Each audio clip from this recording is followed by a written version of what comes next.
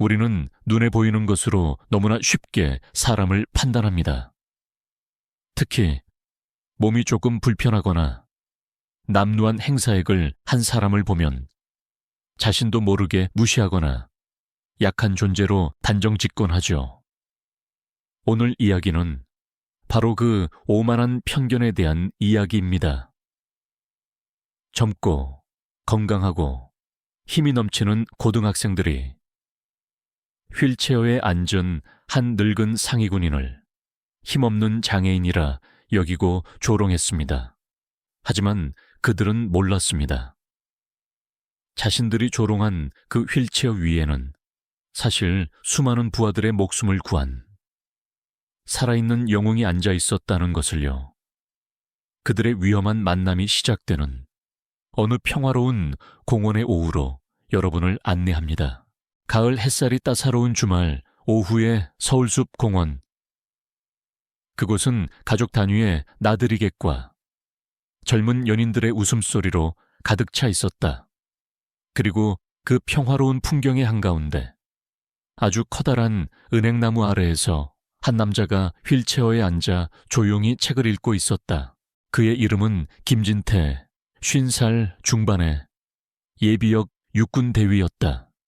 그의 두 다리는 20여 년 전 해외의 한 분쟁 지역에서 있었던 비밀 작전 중에 폭발 사고로 잃어버린 상태였다. 그의 무릎 위에는 낡은 담요가 덮여 있었고 그의 옷차림은 수수하고 평범했다. 하지만 그의 허리는 휠체어 위에서도 꼿꼿했고 그의 눈빛은 평온했지만 그 깊이를 알 수 없는 단단함이 서려 있었다. 그는 그저 공원에서 흔히 볼 수 있는 상위군인 아저씨 중 한 명일 뿐이었다. 공원의 평화를 깨뜨린 것은 요란한 힙합 음악 소리와 함께 등장한 한 무리의 고등학생들이었다. 대여섯 명쯤 되어 보이는 그들은 누가 봐도 이 동네에서 제법 잘 나간다고 거들먹거리는 아이들이었다. 그들의 중심에는 가장 목소리가 크고 가장 거만한 표정을 짓고 있는 민석이라는 남학생이 있었다. 그들은 공원의 금영우역 팻말을 비웃기라도 하듯 담배를 꺼내 물고 휴대용 스피커의 볼륨을 최대로 높였다. 주변의 다른 사람들이 불쾌한 표정으로 쳐다보았지만 아무도 감히 그들에게 다가가 주의를 주지 못했다. 김진태는 읽고 있던 책을 조용히 덮었다.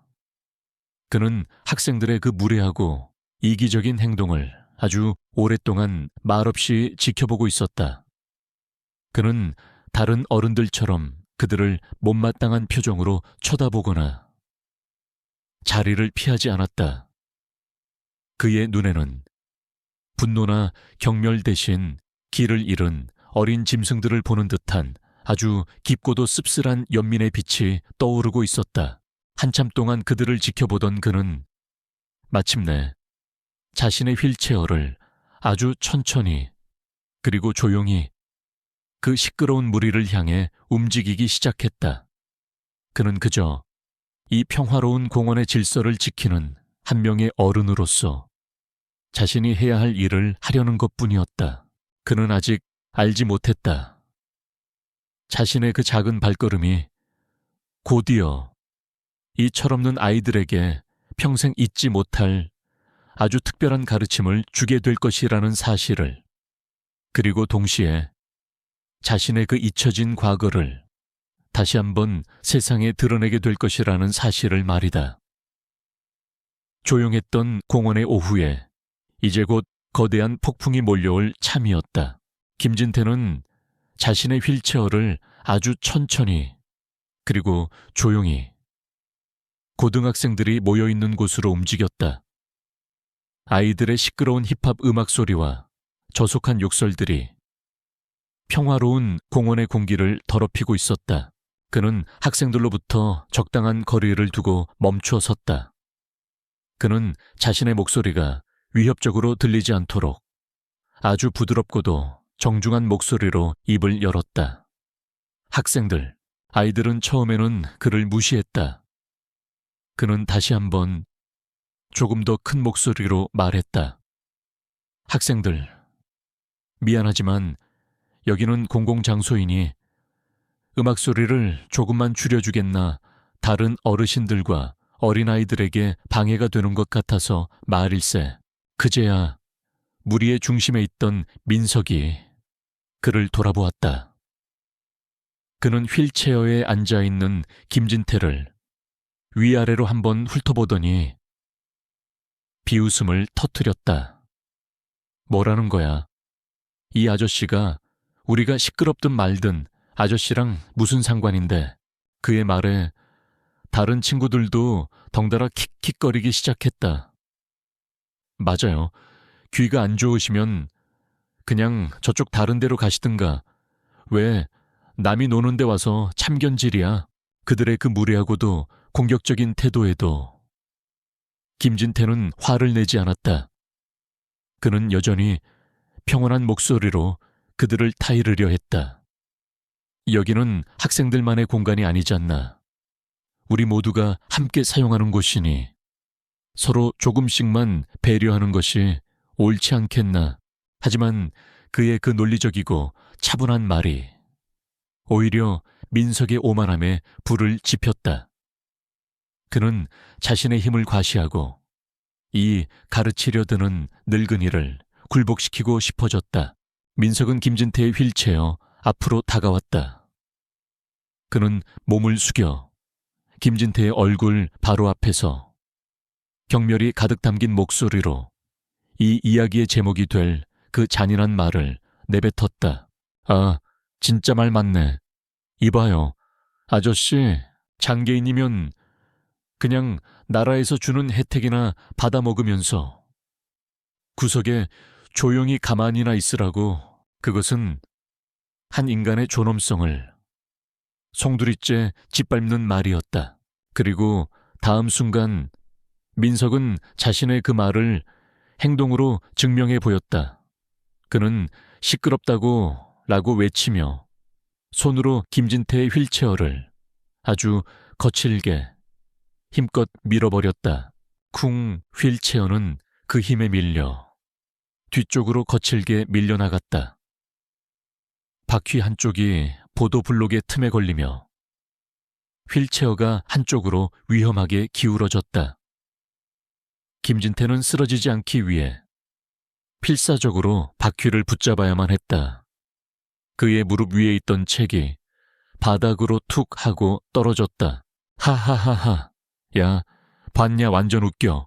민석과 그의 친구들은 휠체어 위에서 힘겹게 균형을 잡고 있는 노인의 모습을 보며 배를 잡고 웃음을 터뜨렸다. 그들은 자신들의 힘을, 자신들의 우월함을 다시 한번 확인하며 쾌감을 느끼고 있었다. 김진태는 간신히 휠체어를 바로 세웠다. 그는 자신을 보며 웃고 있는 철없는 아이들을 아무 말 없이 그저 아주 깊고도 슬픈 눈으로 바라볼 뿐이었다. 그의 눈에는 분노나 두려움이 아니었다. 그것은 자신들의 행동이 얼마나 끔찍한 것인지조차 모르는 길을 잃은 어린 영혼들을 향한 깊은 연민이었다. 그는 더 이상 그들과 말을 섞지 않았다. 그는 조용히 허리를 숙여 바닥에 떨어진 자신의 책을 주워들었다. 그리고는 아무 일도 없었다는 듯이 다시 휠체어를 돌려 자신의 자리였던 은행나무 아래로 향하기 시작했다. 그의 그 무반응에 아이들은 재미가 없어졌다는 듯 자신들의 음악 소리를 다시 키웠다. 하지만 그들은 보지 못했다.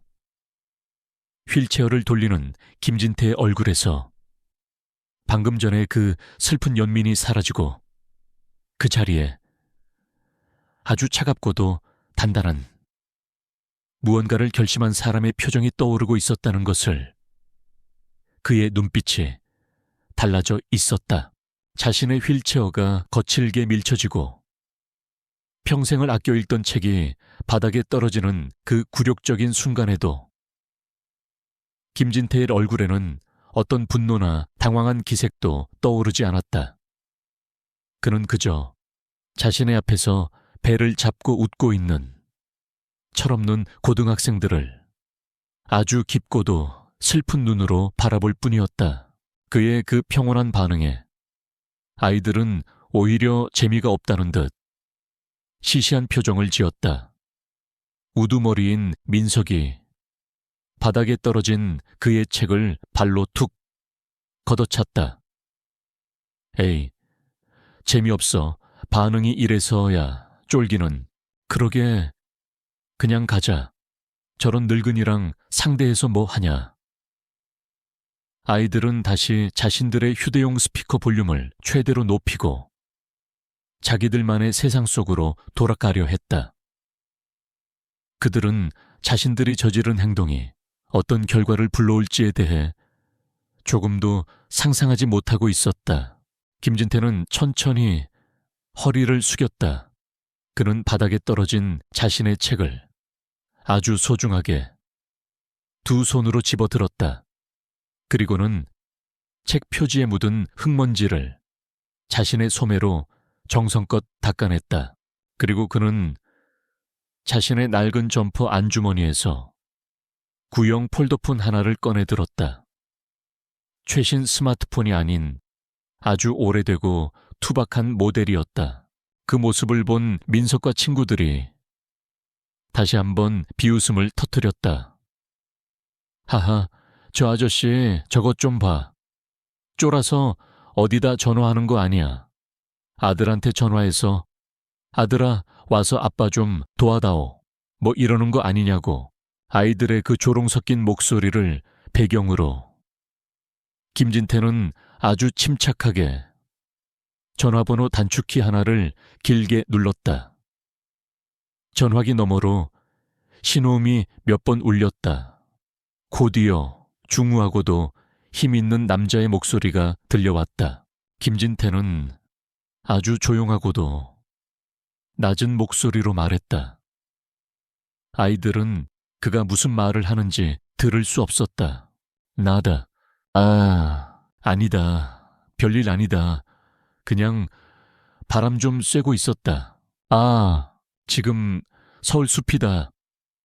혹시 시간 괜찮으면 잠시 와줄 수 있겠나? 혼자 오지는 말고 다른 동생들도 몇 명 더 데리고 오너라. 자네들을 아주 만나고 싶어하는 혈기왕성하고 예의 바른 어린 친구들이 여기에 몇 명 있구나.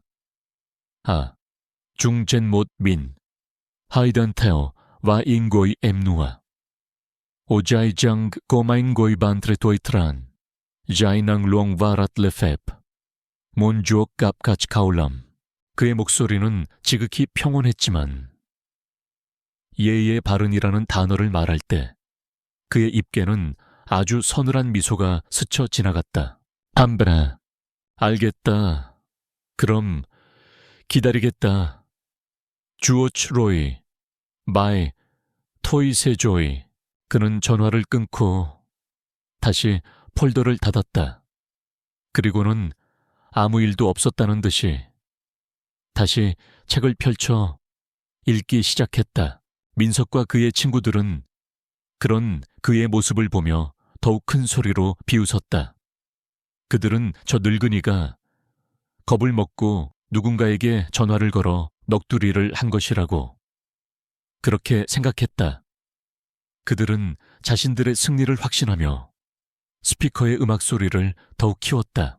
공원 안의 다른 사람들은 더 큰 싸움이 벌어질까 두려워 슬금슬금 그들의 주변을 피하기 시작했다.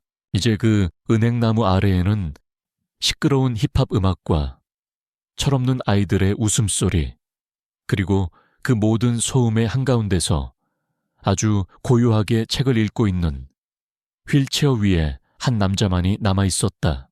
고요함, 그것은 거대한 폭풍이 몰려오기 직전에 가장 무서운 전조였다. 김진태는 전화를 끊은 뒤 정말로 아무 일도 없었다는 듯이 다시 자신의 책으로 시선을 돌렸다. 그의 그 평온함에 민석과 친구들은 오히려 더 약이 올랐다. 저 아저씨, 쫄리니까 이제는 아예 없는 척하네. 민석이 큰 소리로 비웃었다. 어디 한번 기다려보자고. 대체 어떤 대단한 아들이 오길래 저렇게 태평한지 내 눈으로 직접 봐야겠어. 그들은 자신들이 곧 마주하게 될 미래를 전혀 상상하지 못한 채 낄낄거리며 그 자리를 떠나지 않고 기다리기 시작했다.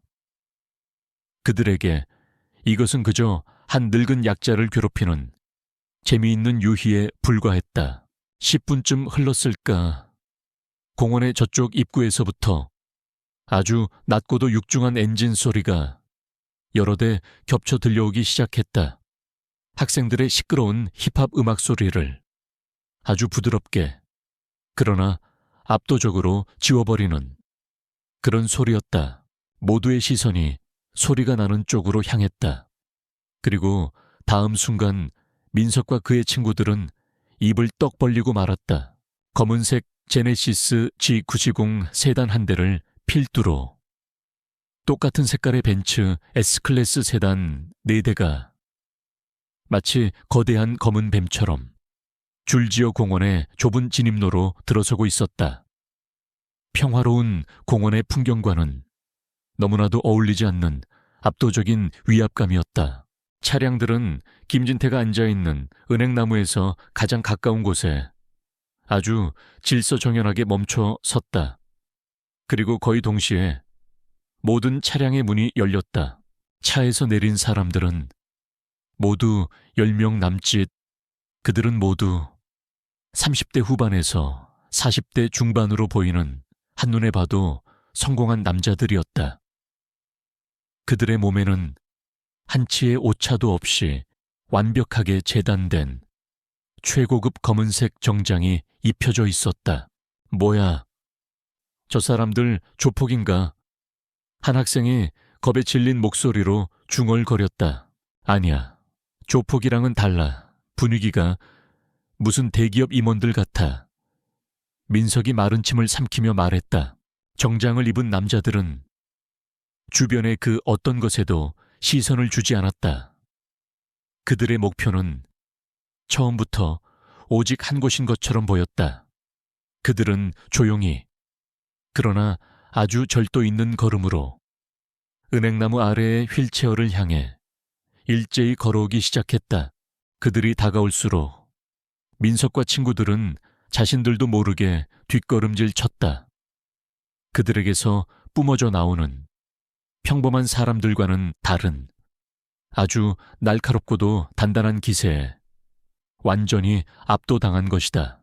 마침내 남자들이 김진태의 휠체어 앞에 도착했다. 무리의 가장 앞에 서 있던 가장 성공한 CEO처럼 보이는 남자가 앞으로 나섰다. 민석과 친구들은 이제 저 남자가 휠체어에 앉은 늙은이에게 무언가 호통을 칠 것이라 예상했다. 하지만 다음 순간 그들의 눈앞에 상상조차 할 수 없었던 광경이 펼쳐졌다. 정장을 입은 그 모든 남자들이 마치 약속이라도 한 듯 휠체어에 앉은 김진태를 향해 조금의 망설임도 없이 완벽한 90도로 허리를 숙여 인사를 했다. 그리고 가장 앞에 섰던 남자가 세상에서 가장 깊은 존경심과 그리고 걱정이 담긴 목소리로 입을 열었다. 그의 입에서 나온 호칭은 아저씨도 선생님도 아니었다. 캡틴. 그 한마디에 민석의 세상이 정지하고 있었다. 최 장군.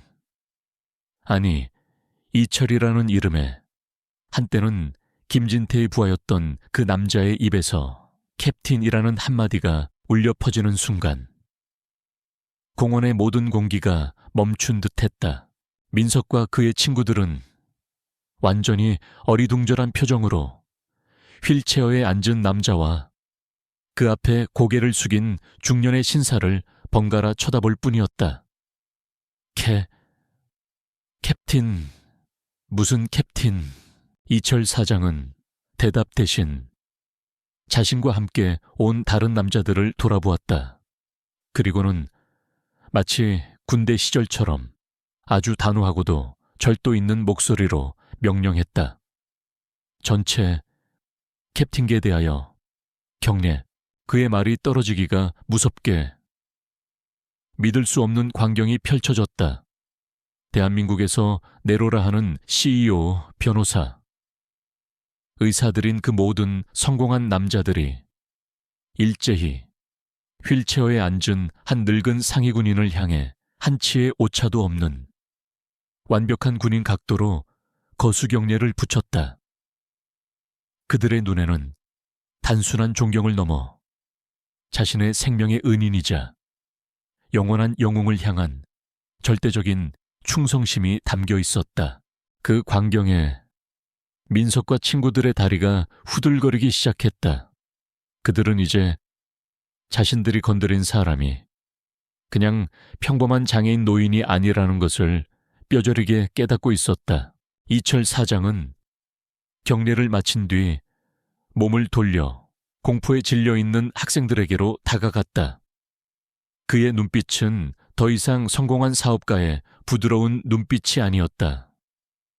그 안에는 자신의 목숨보다 더 소중한 것을 모욕당한 자의 얼음장처럼 차가운 분노가 서려 있었다.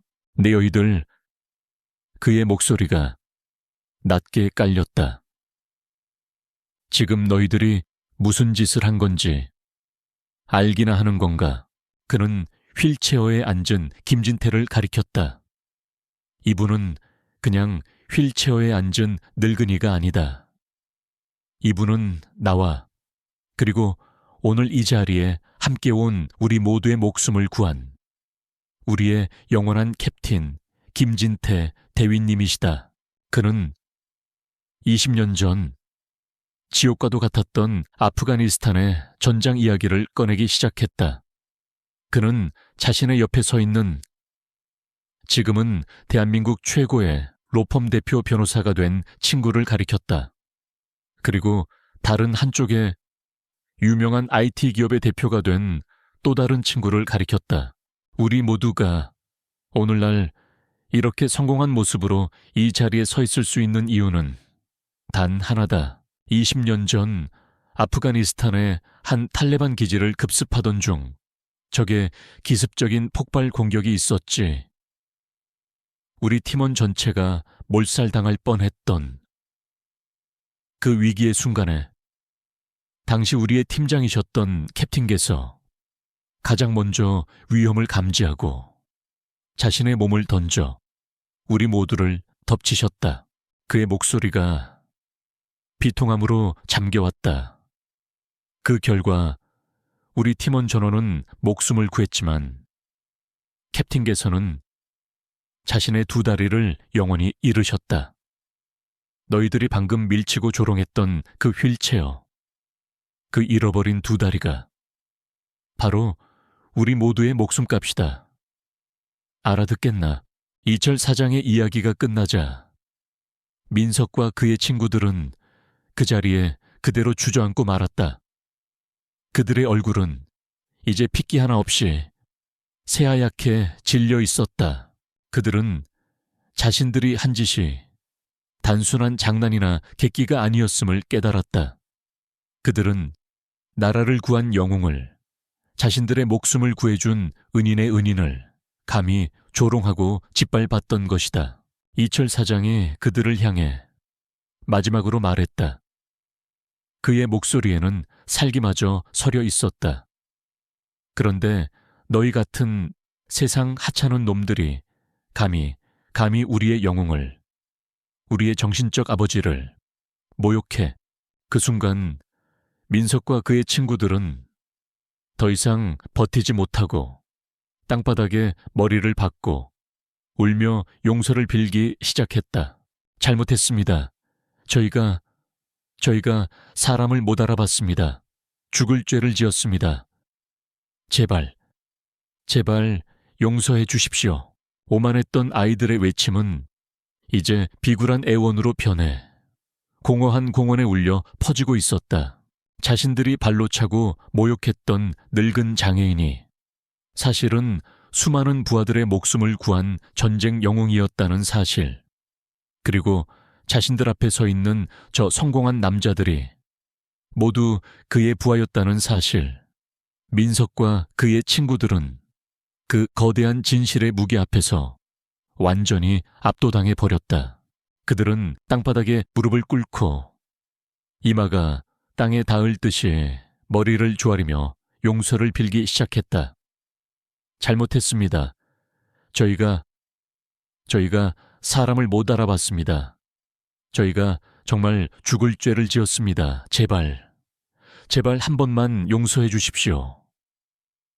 그들의 목소리는 공포와 뒤늦은 후회로 처참하게 떨리고 있었다. 그들의 비굴한 모습을 이철 사장은 얼음장 같은 눈으로 내려다보았다.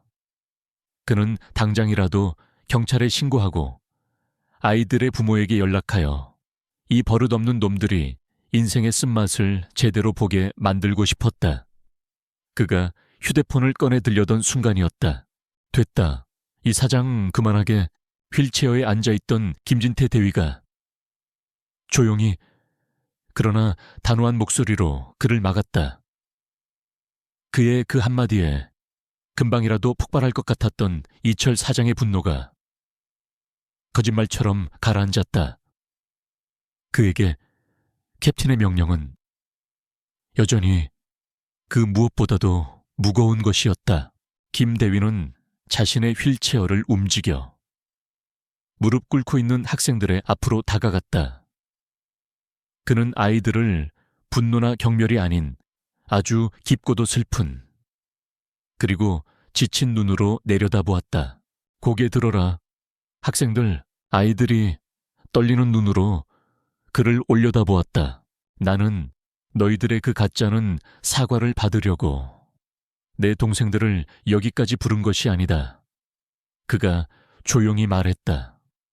너희들은 내가 휠체어에 앉아있다는 그 이유 하나만으로 나를 약자라고 멋대로 판단하고 마음껏 무시하고 조롱했지. 그것이 너희들이 오늘 저지른 가장 큰 실수였다. 하지만 진짜 힘이란. 그의 목소리가 조금 더 무거워졌다. 너희들처럼 젊고 건강한 그 힘으로 약자를 짓밟는 것에서 나오는 것이 아니다. 그 힘으로 나보다 약한 사람을 보호하고 넘어진 사람을 일으켜 세워주는 데에 사용할 줄 아는 것. 그것이 바로 진짜 힘이다. 진짜 강함이다.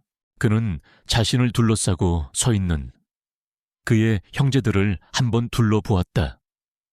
그리고 너희들이 오늘 본 내 동생들이 내게 보여준 이 존경심은 내가 가진 권력이나 돈 때문에 나오는 것이 아니다. 그것은 20년 전 지옥과도 같았던 전장에서 내가 내 목숨을 걸고 그들을 지켰기 때문에 그들이 내게 보내주는 목숨의 무게가 담긴 존경심이다. 사람은 그렇게 서로를 지켜주고 서로를 존중하며 함께 살아가는 것이다.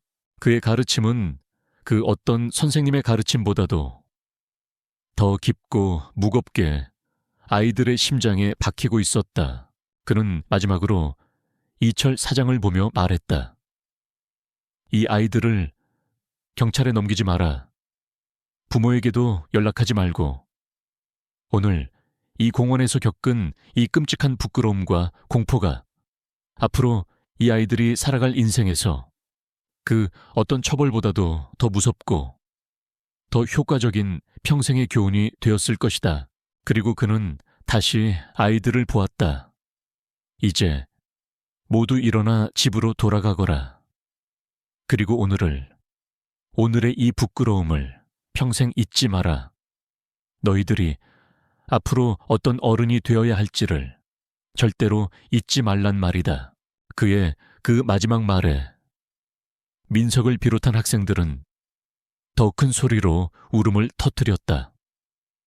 그들은 자신들의 잘못을 꾸짖는 대신 오히려 그 안에서 교훈을 주려 하는 이 늙은 군인의 그 위대함 앞에서 몸둘 바를 몰랐다.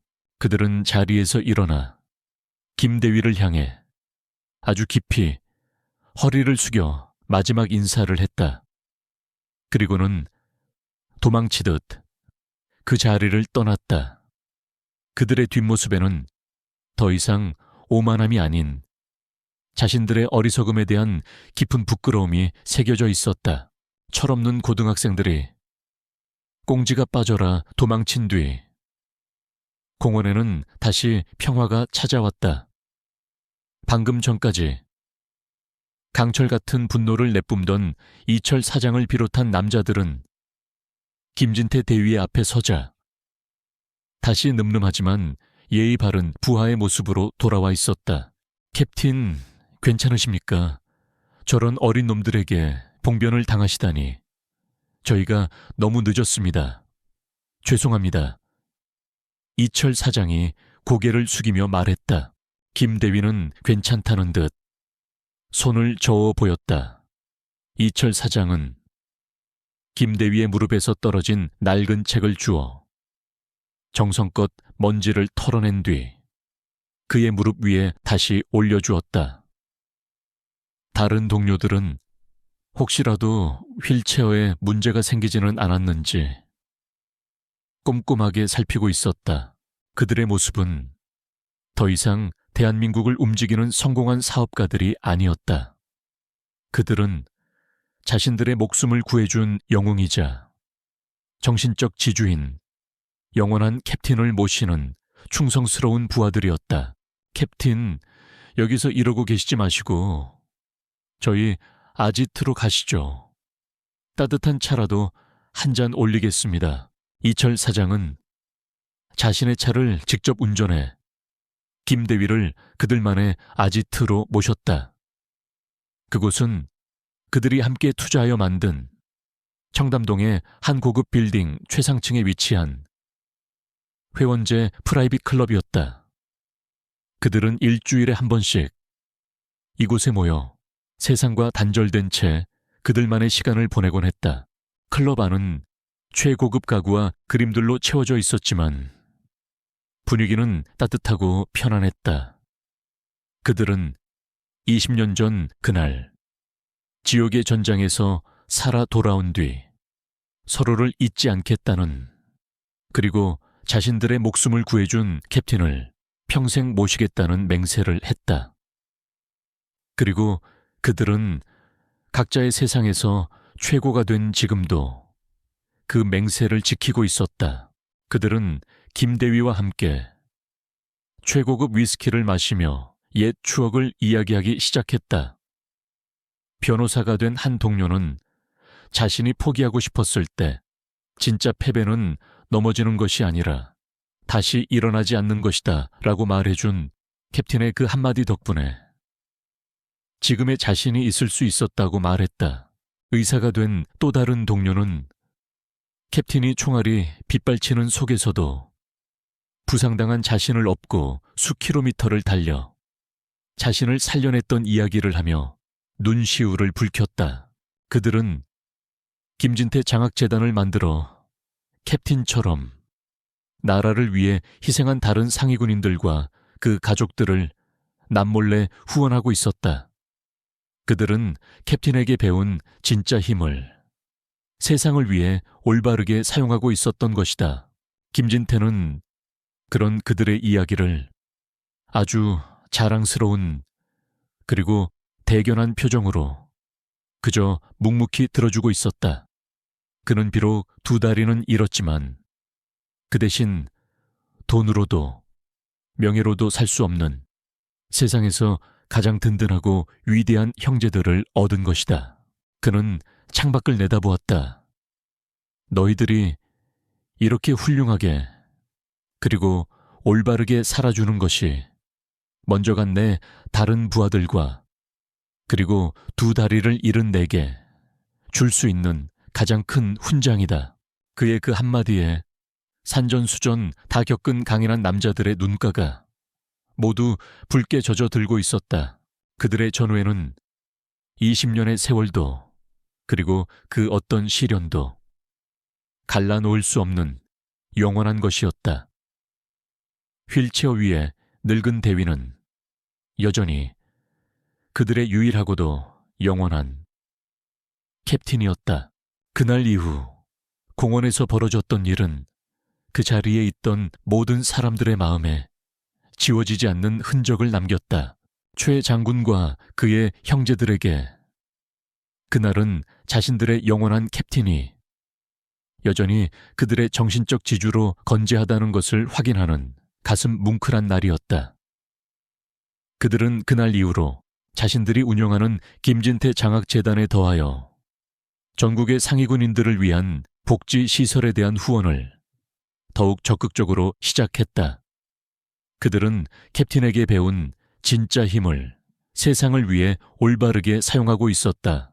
그리고 민석과 그의 친구들, 그들의 삶은 그날을 기점으로 완전히 다른 방향으로 흘러가기 시작했다. 그들은 더 이상 공원에서 시끄럽게 음악을 틀거나 길거리에서 어른들을 무시하는 그런 철없는 아이들이 아니었다. 그날의 그 끔찍했던 부끄러움과 공포는 그들의 인생에서 가장 값비싼 교훈이 되었다. 몇 주 뒤 한 상위군인 요양병원. 민석은 주말마다 그곳을 찾아 몸이 불편한 어르신들을 위한 목욕 봉사와 청소 봉사를 하고 있었다. 그의 친구들 역시 각자의 방식으로 조용한 선행을 시작하고 있었다. 그날도 민석은 한 할아버지의 휠체어를 밀며 병원 복도를 산책하고 있었다. 바로 그때 저쪽 복도에서 익숙한 인물이 다가오고 있었다. 휠체어에 앉은 김진태 대위와 그의 곁을 지키는 이철 사장이었다. 그들은 자신들의 재단을 통해 이 병원에 후원 물품을 전달하러 온 참이었다. 민석은 김 대위를 발견하는 순간 그 자리에 얼어붙었다. 그는 부끄러움에 당장이라도 숨고 싶은 심정이었다. 하지만 김 대위는 그런 그를 먼저 알아보았다. 그리고는 자신의 휠체어를 움직여 그에게로 다가왔다. 김 대위는 봉사활동으로 땀을 흘리고 있는 민석의 모습을 아주 대견하다는 눈으로 바라보았다. 그는 민석의 어깨를 두드리며 인자한 미소와 함께 말했다. 학생, 여기서 봉사활동하는 건가 아주 기특하구나. 민석은 그의 그 따뜻한 칭찬에 얼굴이 빨개졌다. 그는 고개를 숙이며 진심을 담아 말했다. 그날 정말 죄송했습니다. 대위님, 그리고 정말 감사했습니다. 저에게 진짜 힘이 무엇인지, 진짜 어른이 무엇인지를 가르쳐 주셔서요. 김 대위는 그의 그 진심 어린 사과에 그저 온화한 미소로 화답할 뿐이었다. 그는 자신의 가르침이 이 젊은 학생의 인생을 올바른 길로 이끌었다는 사실에 조용한 보람을 느끼고 있었다. 그는 말했다. 진짜 사나이가 되어가는 과정이 아주 멋지구나. 학생, 그의 마지막 칭찬은 민석의 마음에 평생 잊지 못할 자랑스러운 훈장처럼 새겨졌다. 김대위와 그의 형제들은 자신들의 길을 떠났다. 민석은 그들의 뒷모습을 아주 오랫동안 깊은 존경심을 담아 바라보았다. 그리고는 다시 자신이 밀고 있던 할아버지의 휠체어를 이전보다 훨씬 더 정성스럽고 조심스러운 손길로 다시 밀기 시작했다. 그의 등 뒤로 따사로운 가을 햇살이 마치 축복처럼 쏟아져 내리고 있었다. 진정한 힘과 리더십이란 무엇일까요? 그것은 상대를 굴복시키는 것이 아니라 상대를 변화시키는 것일지도 모릅니다. 오늘 이야기는 한 퇴역 군인의 숭고한 인품과 지혜가 어떻게 철없던 젊은이들의 인생을 올바른 길로 이끌었는지를 보여줍니다. 우리가 무심코 지나치는 평범한 어른들의 모습 뒤에는 우리가 감히 상상할 수도 없는 위대한 역사와 희생이 숨겨져 있을 수 있습니다. 그분들에 대한 존경과 그분들의 가르침에 귀 기울이는 겸손한 마음이야말로 우리 사회를 더욱 따뜻하고 건강하게 만드는 가장 큰 힘이 될 것입니다. 오늘도 제 이야기에 함께 해주셔서 진심으로 감사합니다. 여러분의 삶이 늘 존중과 배려 그리고 따뜻한 가르침으로 가득하기를 기원합니다.